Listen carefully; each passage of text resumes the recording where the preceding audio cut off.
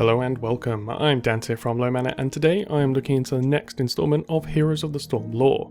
This is a great comic if you haven't checked it out, and it looks like we're slowly having the universe fleshed out, so let's see what we learned from Secrets of the Storm. In case you missed part 1, the Ravenlord has just opened a previously sealed realm, known as the Dark Nexus, in which an evil power resides. The Ravenlord was able to absorb the dark version of Dehaka, taking command of the others in the process, in addition to sending out his knights to hunt down his estranged daughter, Ophea. With that in mind, this comic opens with a split-panelled page.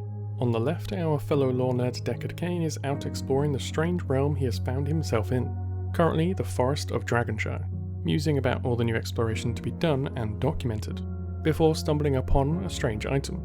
He barely has any time to investigate as we cut over Ophea, our first sighting of the Ravenlord's daughter. And, unfortunately, it seems like the Ravenlord Knights are already catching up to her, as they chase her trail through the woods. However, instead they find a man, standing in a clearing besides a small road. As you can imagine, Deckard is a little confused as they asked him for the girl, even lifting him off his feet, showing just how tall these knights really are. Clearly more like the ones that originally guarded the Dark Nexus doors than the rank-and-file knights we see making up his army. Fortunately enough for Deckard, Ophea finally reveals herself, blasting a hole right through one of the knights in the process, freeing Deckard, at least for now. After some quick introductions, he returns the favour, using his scroll of sealing to lock the remaining knights in place, allowing Ophea to blast a hole right through all of them in one foul swoop. The two then set off together, Deckard revealing his new discovery, which luckily for him, Ophea is all too familiar with, a singularity shell. The familiar shape of the Nexus you've seen countless times before. This is how each realm is controlled, though this one seems to be destroyed. Ophea is somewhat vague on how such a thing happens, clearly setting up some reveals to come as the Dark Nexus starts to grow in power. What intrigues me is, how did it even end up in Dragonshire? Were there other Dragonshire related locations? Did they destroy it, or was it taken from them? So many new questions to explore.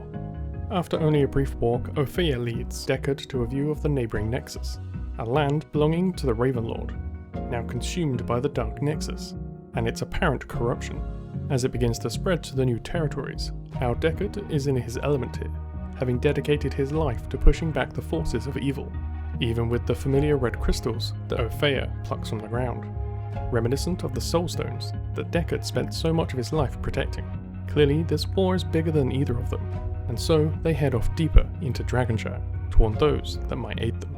Several hours go by, but eventually the two reach the capital of Dragonshire, where Deckard seems to be a familiar face already, with access to the throne room by his name alone, disguising Ophea as a simple ward, and onwards to see the Queen. Interestingly enough, no one seems to recognise Ophea, the daughter of what now appears to be their main rival. Regardless, they have their audience in the throne room, quickly informing them of the impending escalation to the war. The Queen of Thorns is quick to dismiss her advisors. Apparently her rule is barely holding together, as they are loyal to her husband, only following her in hopes she can lift his curse. Surprisingly enough, when the crystal is shown, it appears to immediately begin to corrupt its surroundings, meaning the Dark Nexus is potentially able to spread on its own accord, terraforming its surroundings to meet its needs. An insight into why it's just so dangerous. Before moving on, I just want to point out the throne room. Built within the throne itself is the Singularity Shell that controls Dragonshire. Odd that it's not more heavily protected, but perhaps loyalty and respect prevent some claiming it for themselves, while the Queen's back is turned. We go on to have the curse of Dragonshire explained. The king, who is the dragon statue, is cursed to be turned to stone, his wife now starting to join him as the curse takes hold on her too. The curse is rather simple, yet out of reach. As the stained glass window indicates, the curse can be broken when the moon and the sun unite, these being the two children of the king and queen, who, for whatever reason it may be, are estranged from each other. An unknown conflict separating them, perhaps over who should rule, or how the kingdom should be ruled. Regardless, until the two can be united, the curse will remain and consume the family. With the threat of the Dark Nexus looming, time is running short for both the people of Dragonshire and the Queen herself, but a stand must be made. She requests the aid of Deckard Cain as they prepare to set out and face the new threat, leaving Ophea in the safety of Dragonshire, at least for now.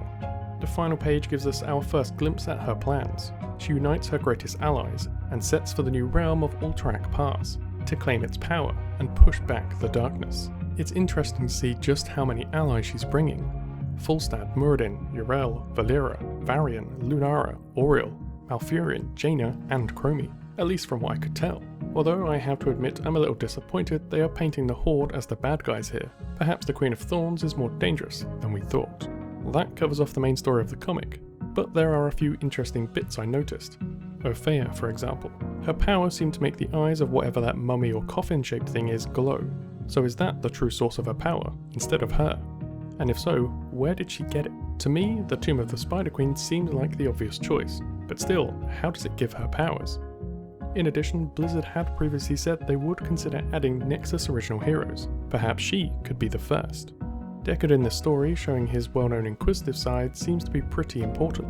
His slowly growing understanding, from what we've seen, is growing much faster than other heroes that have been there significantly longer. Is this a sign that he will either inherit one of these singularities in the process of taking arms against the darkness, or is one of the few capable of diffusing the tensions between the heirs of Dragonshire, finally lifting the curse, freeing the Dragon Knight to help push back the darkness? And finally, what about the singularities will we learn next? It seems apparent new ones are able to manifest, or are simply lost, out of sight to the current lords. So are there other Nexus lords yet to be discovered, or do the lords fight to claim the singularity every time a new one is found? And if they can be destroyed, what is required to do so, as they appear to be incredibly powerful? What do you think this means for the current lore of heroes?